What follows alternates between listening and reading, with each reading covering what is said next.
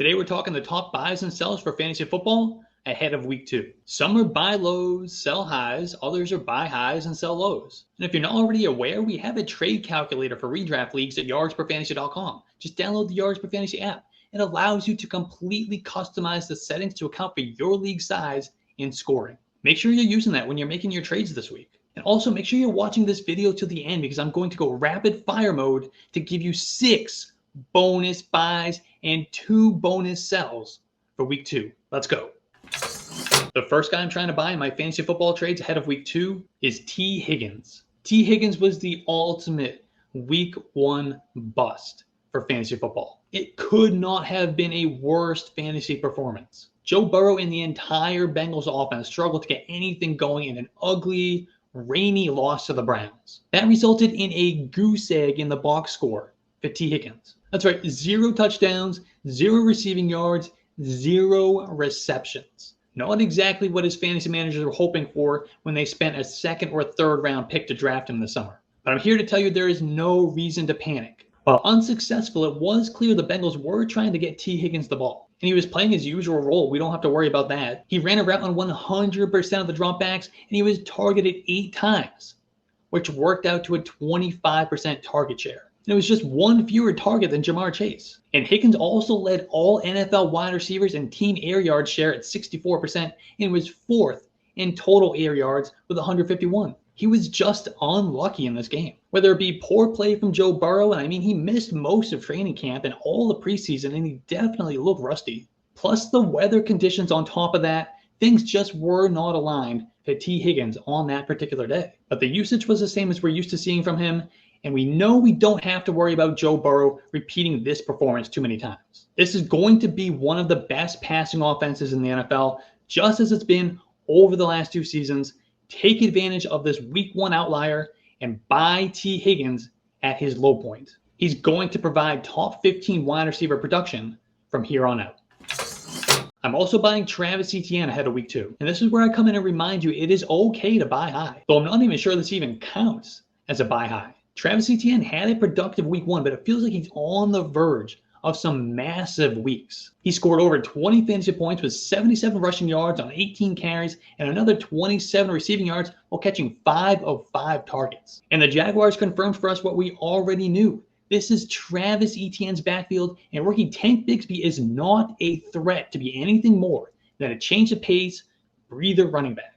Etienne played 80% of the snaps on Sunday, including 73% of the 3rd and 4th down plays. We also get to see Travis Etienne more involved in the passing game, which was one of the other concerns about him entering the season. However, we knew he had it in him because he caught 102 passes in his Clemson career. You don't have that level of production at the college level without elite receiving skills. So it was only a matter of time before the Jaguars woke up to this and started using him more in that area. It appears they are finally ready to unleash that side of Travis Etienne's game, which really opens up his ceiling for fantasy football. So now we have a full-blown bell cow and one of the league's better offenses. It is absolutely wheels up for Travis Etienne from here on out. He's going to have a tremendous season, and he could get as high as the top 5 running backs.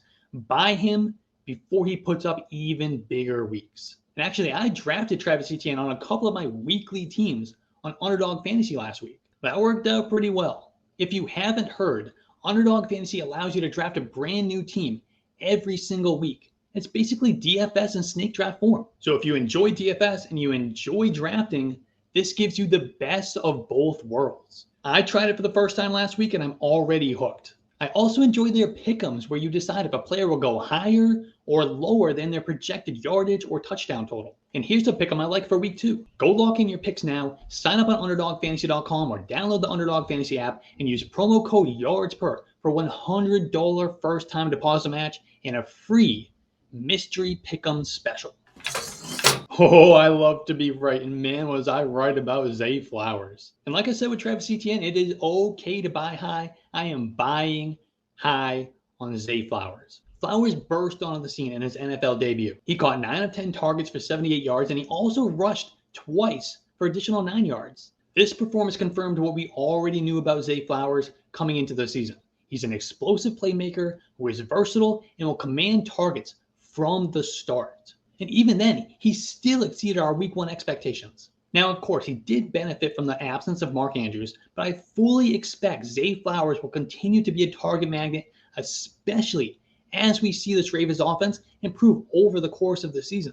I mean, Lamar Jackson was not on his A game against the Texans, but he still found a way to get his rookie playmaker 9 receptions. But I think there's still skepticism in a lot of fantasy gamers' minds about Flowers being able to continue to be a target magnet when Mark Andrews returns. So I'm trying to take advantage of that by making offers right now. I mean, a guy doesn't come out and run 93% of the snaps and have a 45% target share in his first NFL game and then get stuffed back into the box when the tight end comes back. Flowers is going to continue to eat. Even if he's behind Mark Andrews in targets, he was clearly multiple tiers above both Odell Beckham Jr. and Rashad Bateman, both of which had a 14% target share. This is a stud wide receiver who is going to have one of the most productive rookie seasons that we've seen in recent years. Go get him now and enjoy the show. Going back-to-back rookies here with Anthony Richardson. He's another buy for me ahead of week 2. If you watched the Colts game, Anthony Richardson's NFL debut was largely pedestrian, at least to the naked eye. However, he was the QB4 on the week for fantasy football. This is exactly why we were drafting Anthony Richardson. He got to the QB4 because of his rushing production. He ran for 40 yards and a touchdown, giving us 10 points just from rushing. And it could have been even better. Anthony Richardson got banged up at the end of the game with the Colts inside the 5-yard line. It's very possible that he would have added another score had he been able to stay in the game. And on top of the rushing, Richardson also threw for 223 yards and another touchdown while completing 65% of his passes. It was really a respectable game for an NFL debut. And when we compare to the passing of the other 2 rookies who started, CJ Stroud and Bryce Young, Richardson was the best passer of the day. And then adding that rushing production launches him into the QB1 range. And because of that rushing production, Anthony Richardson will likely score as a top 12 quarterback more often than not. And his legs give him a nice floor while unlocking its ceiling that most other quarterbacks don't have. It's very unlikely that this was his last top 5 performance of the season. I would not be shocked to see him finish as the overall QB1 in at least 1 week this season. While I said it was okay to buy high, we also got to take advantage of buy low opportunities. And you don't get many better buy low opportunities than DJ Moore right now heading into week 2. Week 1 was about as ugly as it gets for DJ Moore fantasy managers. I mean, we were hyped for the possibility that after years of terrible quarterback play in Carolina, DJ Moore was finally going to enjoy a steady performer under center. Instead, it looked like more of the same in his Bears debut, with Justin Fields struggling and only looking Moore's way twice. And that happened on back-to-back plays in the same drive.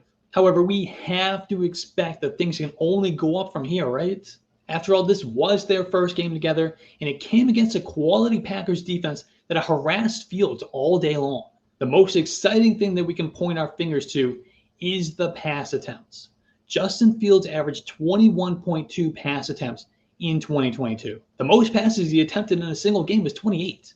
But in week 1 of 2023, he threw 37 times. That is incredibly encouraging for DJ Moore fantasy managers. We just have to trust that the Bears are going to find ways to get DJ Moore more involved. He's one of the true alpha wide receivers in the NFL, and they invested a lot to go get him. This is a guy who consistently put up wide receiver 2 fantasy production in terrible offenses with bad quarterback play with the Panthers. Things will get better for Justin Fields and the entire Bears offense, and DJ Moore is going to be a big part of that. He will again be in that 24, 25, 26% target share range, probably higher, just like he was in each of the last 4 seasons in Carolina, and he's going to be a top 20 fantasy scorer on the season. So take a deep breath, relax, and go buy low on DJ Moore while your league mates are in panic mode.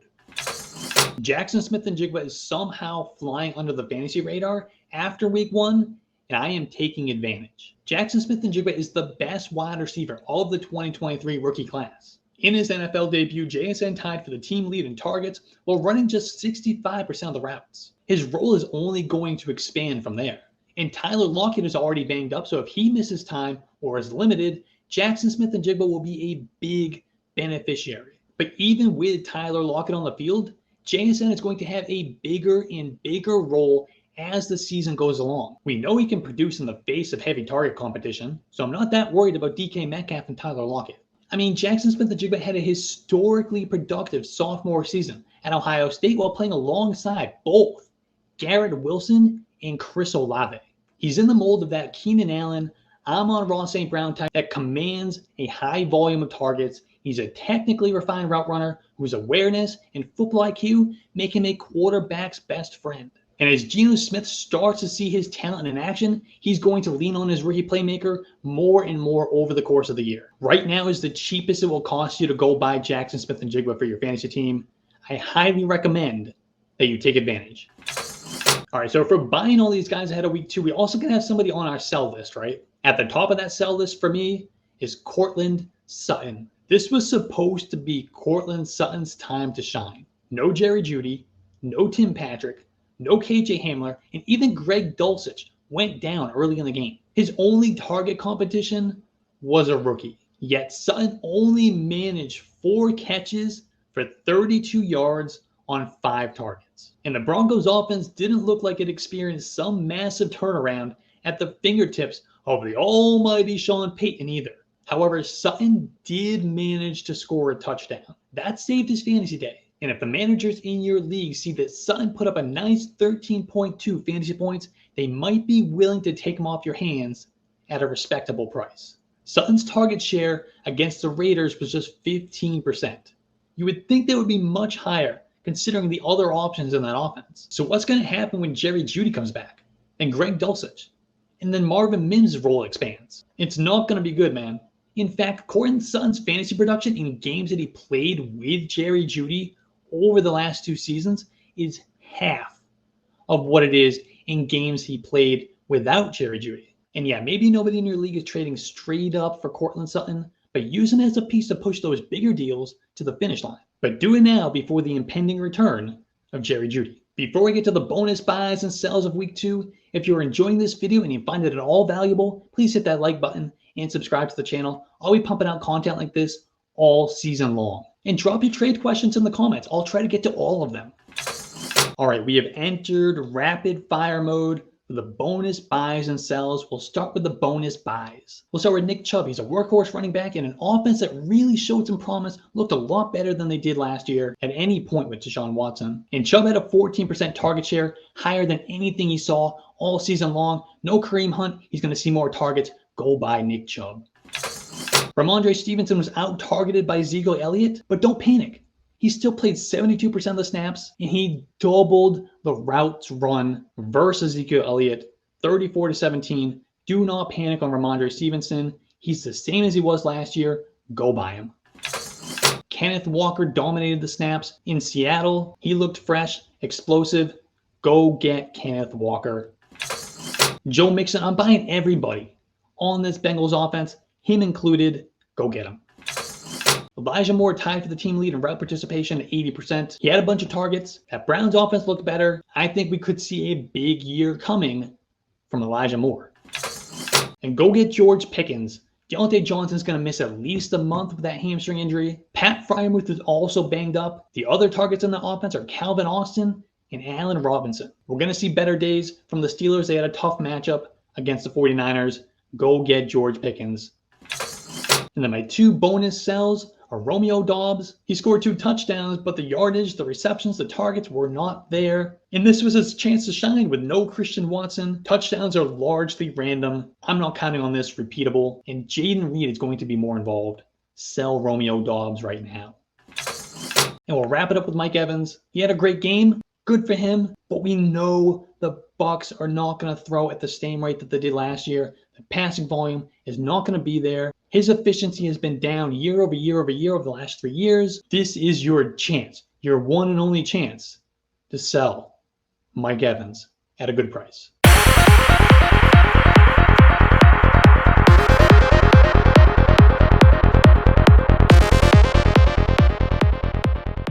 Hey, if you like that video, hit that like button, hit that subscribe button, leave a comment on what you want me to talk about next. You can find all my stuff, my rankings, articles, podcasts, more videos like this on yardsperfantasy.com. Just download the Yards Per Fantasy app, and we thank you for your support.